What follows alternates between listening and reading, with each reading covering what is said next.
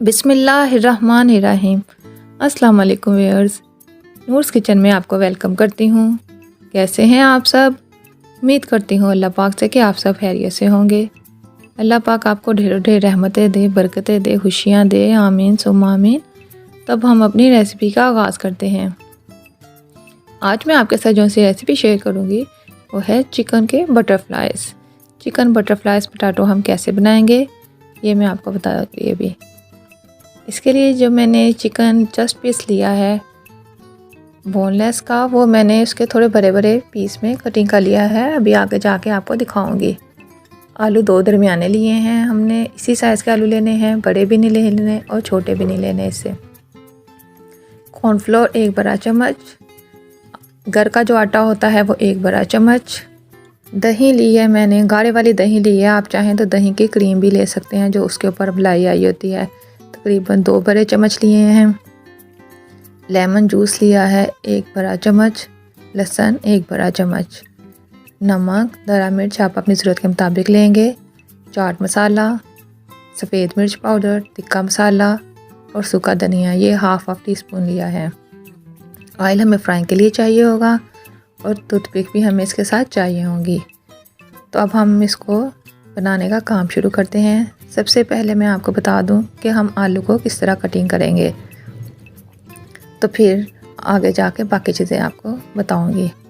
सबसे पहले एक बाउल लिया, आलू को हमने दूसरे रुख का काटना है। पहला पीस हम इसका वेस्ट कर देंगे, उसके बाद हम ये काटेंगे।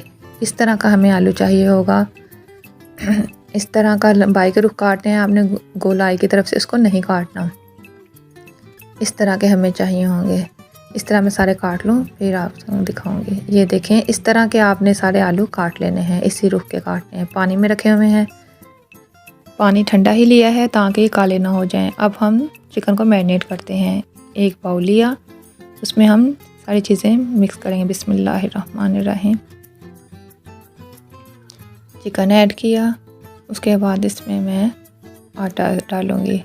आप मैदा भी ले सकते हैं, मैंने घर का जो आटा इस्तेमाल होता है मैंने वही लिया है, गंदम का। कॉर्नफ्लोर जाएगा, बिस्मिल्लाहिर्रहमानिर्रहीम। दही, बिस्मिल्लाहिर्रहमानिर्रहीम। ये दही और दही की मैंने जो क्रीम होती है वही ली है, इसलिए इतनी गाढ़ी है, आपने भी यही इस्तेमाल करनी है। लेमन जूस, बिस्मिल्लाहिर्रहमानिर्रहीम। लहसुन और सारे स्पाइसेस इसमें जाएंगे। अब हम इसको अच्छे से मिक्स कर लेंगे। आप इसको हाथ की मदद से भी कर सकते हैं। ये अच्छे से मिक्स हो गया है। अब हम इसको आधे घंटे के लिए छोड़ देंगे। बोटियों के पीस आपने इस तरह के रखने हैं, बड़े बड़े चौड़े चौड़े से थोड़े। इसको अब आधे घंटे के लिए छोड़ देंगे। थोड़ी आधा घंटा तकरीबन हो गया है। अब मैं ऑयल चूल्हे पे रखूँगी ताकि हमारा गर्म हो जाए फ्राइंग के लिए। एक पैन लिया, बिस्मिल्लाहिर्रहमानिर्रहीम। इसमें ऑयल शामिल करेंगे। ऑयल तकरीबन इसमें 3 प्याली मैं डालूँगी। आप फ्राइंग के लिए जितना भी चाहें इस्तेमाल कर सकते हैं। अब इसको कैसे बनाना है ये आपको बता दूँ। आलू लिया, उसको आपने थोड़ा सा पहले मोड़ लेना है ताकि उसमें लचक पैदा हो जाए, और फिर इसको चिकन अंदर रख के तो आपने पिक्स के साथ बंद कर देना है। इस तरह से, इस तरह से। एक और मैं आपको दिखा दूँ। इस तरह से मैंने हाथ से मिक्स किया, मेरे हाथ सारे हुए हैं। ये सारे मैंने कर लिए हैं। अब हम इसको फ्राइंग का काम शुरू करते हैं। ऑयल गर्म हो गया, इसमें डालेंगे बिस्मिल्लाहिर्रहमानिर्रहीम। एक एक करके आप इसमें शामिल कर देंगे। ये एक साइड से हो गए हैं। अब हम इसको पलट देंगे, दूसरी साइड से भी अच्छे से हो जाएं तो आपने इसको निकाल लेना है। तकरीबन मीडियम फ्लेम पे आपने इसको कुक करना है। इसका हम अच्छे से ऑयल निकाल के इसको फिर डिश आउट कर लेंगे।